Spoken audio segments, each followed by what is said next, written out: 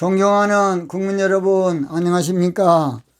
저는 한국에서 할 길 300가지 중에서 오늘은 정직 정치로 살 길 찾고 홍익사상으로 일어서자, 그런 제목으로 말씀을 드리겠습니다. 대통령이나 또 정치 문제는 특별한 몇 사람에 의해서 행해진 일이기 때문에 미리 연구되고 분석되고 발전하기가 어렵고 하다 보니까 어떻게 그냥 되게 정치권에 들어가는 거예요. 그러다 보니까 준비 없이 그냥 하기 쉬워요. 한 나라의 지도자가 되는 것은 어느 누구도 감히 상상할 수 없는 일이기 때문에 미리부터 준비가 반드시 좀 있어야 되는데,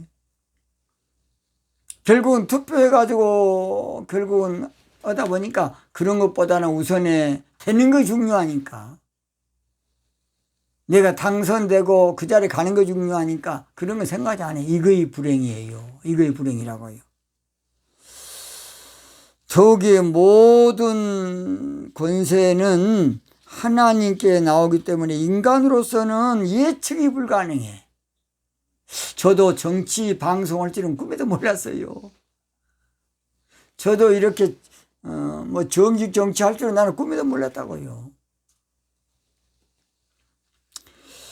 그래서 이것이 문제가 된 것은, 대통령에 대한 것은 사람으로서 할 수 없기 때문에 대통령에 대한 저술도 그렇게 많지는 않습니다. 왜냐? 몇 사람의 전유물이기 때문에 그렇습니다.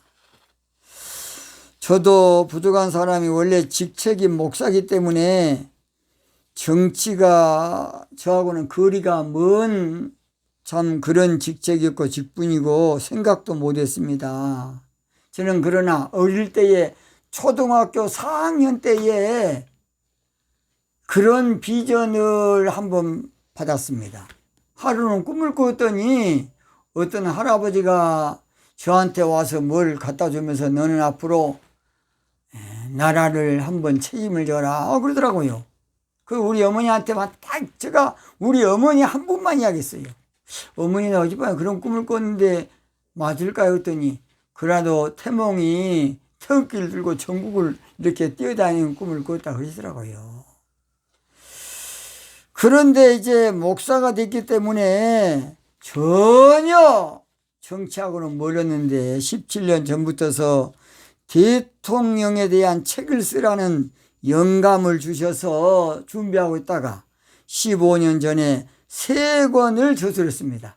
첫 번째 쓴 책이, 책 제목이 바로 민족 영웅 대통령, 이 책을 쓰게 됐습니다. 그 다음 두 번째 저술이 바로 감동 대통령입니다. 감동 대통령. 뭔 대통령? 국민들을 감동시키는 대통령이 나와야 된다.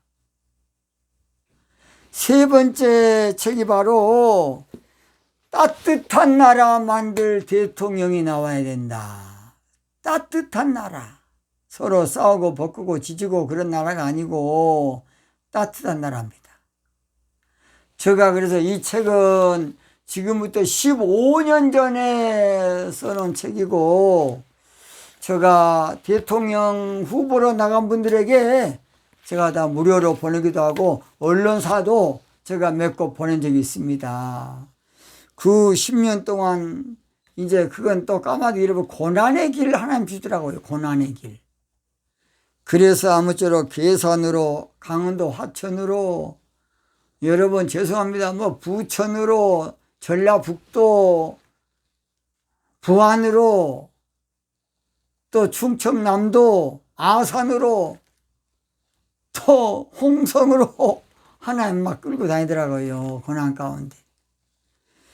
그런 가운데서 이제 살다가 지금 제가 평택 안중에 와 있는데요. 안중에 왔을 때에 우리 하나님께서 나팔절과 신부 신앙의 비밀을 열어주시면서 그 책이 모두 한 45권, 한 700페이지 정도 되는 것이 한 45권 될 겁니다. 박사, 영적 박사, 종교 박사 그런 책입니다.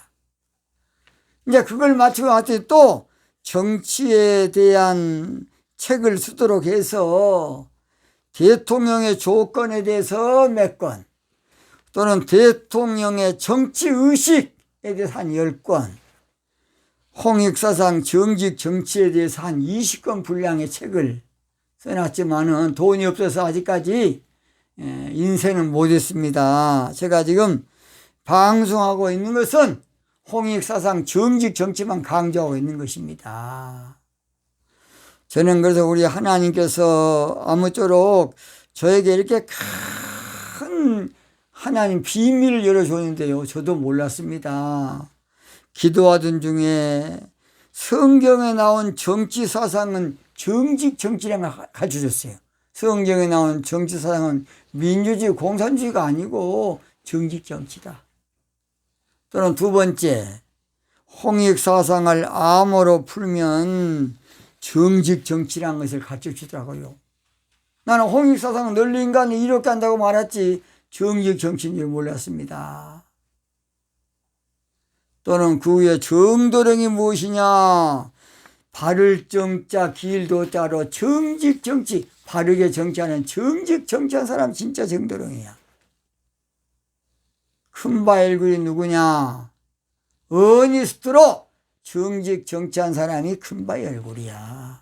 이걸 가르치더라고요. 그래서 아무쪼록 우리 하나님께서는 이데올로기 정치가 아닌 정직 정치가 정치의 본질이다, 본질. 그래서 앞으로 인류는 홍익사상 정직 정치에야만 나라도 살고 국민도 살고 지구촌도 살고 세계도 살고 이 시대도 살고, 그동안에 두 세력 이데올로기로 수많은 투쟁과 싸움이 이제 해결되고 평화의 동산이 온다는 것입니다. 저는 기도 중에 아무쪼록 우리 하나님께서 우리나라 앞으로 홍익사상 정직 정치만 하면 잘 살 겁니다. 저는 기도하는 목사입니다. 저는 그래서 옛날에요, 박정희 대통령 죽기 전에 한 달 전에 저는 알았어요. 하루는 기도하는데 환상 중에 저는 환상도 봅니다. 풀밭인 줄 알았는데 원탁 이렇게 의자에 앉아서 쏴 죽이더라고요. 제가 청와대 편지했습니다. 각하 제발 하여튼 몸조심 시키라고. 그랬더니 역으로 청와대에서 여수 미평 파출소로 전화하고 저를 잡아가더라고요. 그때 당시에 있은 장로님이 여수 예수고 서점 박순아 장로님이야. 제가 부흥집회 전사 때 하면서 해가지고 미평 파출소로 끌려갔더니 파출소장이 거짓말했다고 하면 전사님 보내준다 그래서 그러면 거짓말하라고 그래가지고 그냥 나왔어요. 한 달 있다가 우리 박순아 장로님 아침에 일찍 그냥 헐리부터 뛰어오셨더라고요. 전사님 지금 박정희가 죽었답니다. 총에 맞아 죽었답니다. 청와대에서 저만 보는 거 아니라 저 같은 사람 한 5사람 있었더라. 나중에 보니까. 저는 강교사한테 일어나기 전에 이틀 전에 알았어요.